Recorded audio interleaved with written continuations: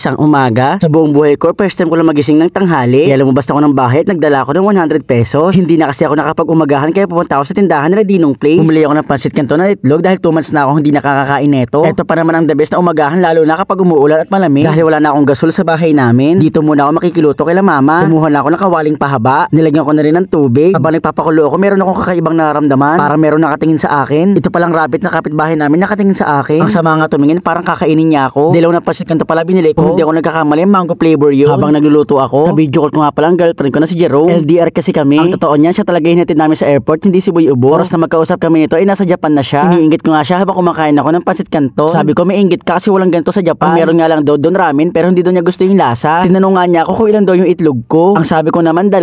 Akala mo naman hindi niya alam charo. Ang tinanong niya kung ilang itlog yung kinain ko. After 2 years, uwi rin naman siya dito sa Pilipinas. Kinis ko siya tapos sabi niya sa akin, "Yami, take ko dasay." Hindi ko alam kung anong ibig sabihin no. Tapos nag-chat siya sa akin. Katulad dito sa Pilipinas, mahilig din daw ang mga tao doon sa paa ng manok. Tapos pinakita ko nga itong niluluto ni mama tanghalian namin. Adobong paa ng manok. Iniinggit niya kasi ako kasi favorite ko yun. Akala niya may inggit niya ako pero siya iniinggit ko. Ganyan talaga kami magmahalan. Sarah pero siya lagi pikon. Charot. Habang nasa messenger ako, meron nag-chat sa akin. Sabi niya, "Hi Kuya Dugs, taga dito lang din ako malapit sa inyo. Baka gusto mong tikman ang tinda namin. Pa-deliver ko na lang sa anak ko. Salamat." Nagtitinda pala siya ng mga merienda. Tulad ng mga fishbowl at kikiam. Dahil nga sa kakakain ko lang. Sabi ko, sige bibili ako pero mamayang hapon na lang. Kasi tuwing hapon naglalaro ng mga bingoers dito sa amin. Kaya naman kinahaponan, order na nga ako. At anak nga niya ang nag-deliver. Halagang 100 pesos yung binili ko. Nagbigay na rin ako ng tip na 20 pesos. 20 pesos na kikim pala ang binili ko. 20 pesos na fishbowl kaso lang natapon. Bumili rin ako ng isang kwek-kwek. 20 pesos na french fries. Pati na rin 20 pesos na siomai. Ang hiningi ko palang sa sawan ay matamis lang. Tapos medyo maanghang na suka. Kumuha na nga pala ako ng plato. Kasi ilalagay ko dito yung sauce. Pagsasamahin ko yung matamis na sauce at yung maanghang na suka. Tapos hinalo ko. Mag-a-asmer mukbang pala ako dito sa harap ng mga bingoers. 10, 1, 7.